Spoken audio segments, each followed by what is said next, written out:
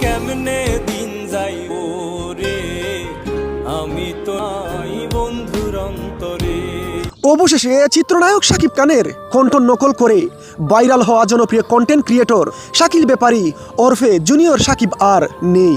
প্রিয় সম্মানিত ভিউয়ার্স, বিস্তারিত জানতে হলে ভিডিওটি না টেনে শেষ পর্যন্ত দেখুন।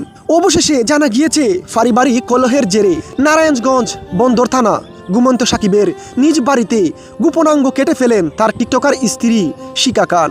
মুমূর্ষু রোগী শাকিবকে ঢাকা মেডিকেলে চিকিৎসাধীন থাকার পর বাড়িতে নিয়ে আসলে জানা গিয়েছে গোপনাঙ্গ কাটার যন্ত্রণায় তিনি নিজ বাড়িতে মারা গিয়েছেন।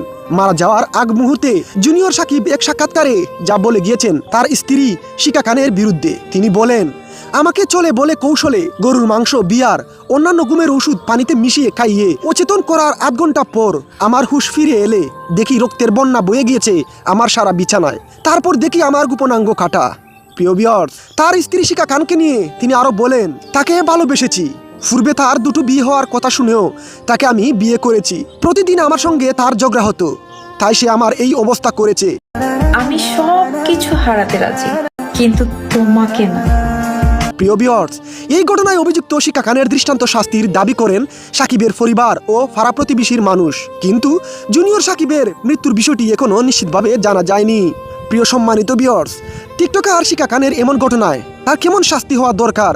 আপনাদের মনে যদি এই বিষয় সম্পর্কে কোনো প্রশ্ন জেগে থাকে, প্লিজ লাইক, কমেন্ট, শেয়ার করে জানিয়ে দিন আপনার মতামত।